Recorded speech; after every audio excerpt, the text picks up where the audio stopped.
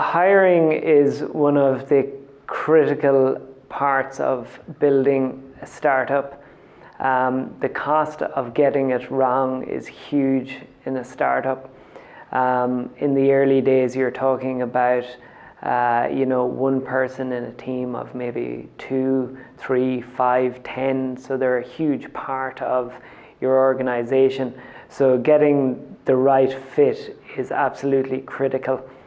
Getting that decision wrong is going to cost you a lot of money. You're going to have a lot of stress in terms of dealing with it once they're an employee, and also the impact of productivity of the other team members as this is happening. So getting that fit right is absolutely critical. So how we approach that hiring is that we absolutely definitely take our time in doing so. Even if we're trying to get somebody in to fill an immediate demanding position, we always take as much time as we need to. So if that means going through 5, 10 candidates, we'll always do that until we get the right person. So then one of the things that we always do is that when we find somebody that we think could be suitable, we qualify their technical skills always. We always check their references that they provide to see how they were in other companies. But one of the things I'm looking for is how will they fit in a startup environment.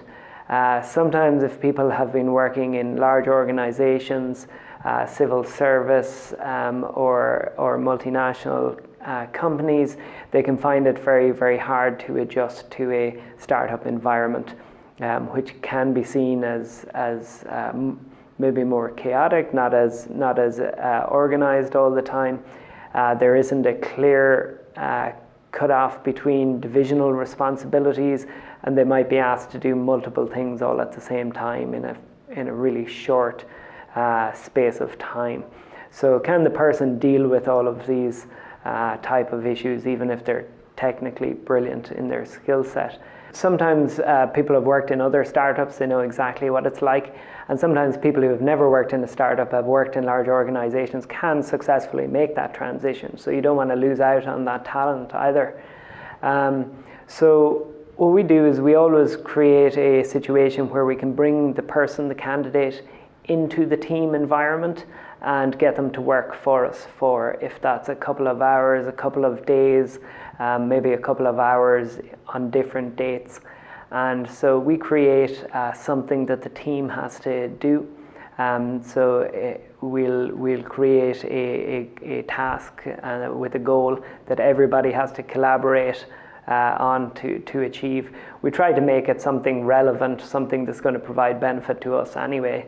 And then we bring that person in, and we get them to operate as if they were already part of the team. So we learn such a lot from that you can never learn from interviews. How they interact with lots of different members of the team, how they are in pressured situations doing their job, how the overall team performs with them in it. So we tell people that this is the process that they're going to go through because it's unfair unless they actually agree to do this. So they would generally not get paid for doing this. It's part of the interview and hiring process. And generally how we get them to agree to something like that is that it's a great learning opportunity for them. They always have fun. We create a fun environment for this as well. So generally it's a day or a couple of days. They're going to have fun. They're going to learn something about themselves, learn something new. And also for them, they'll get to see what working there is like.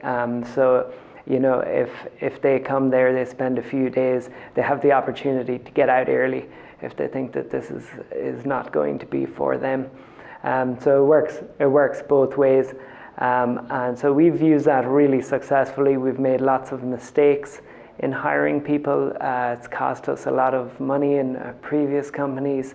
And this is a technique that we consistently do now with every new key member of our teams. It's working great for us, and everybody can do it.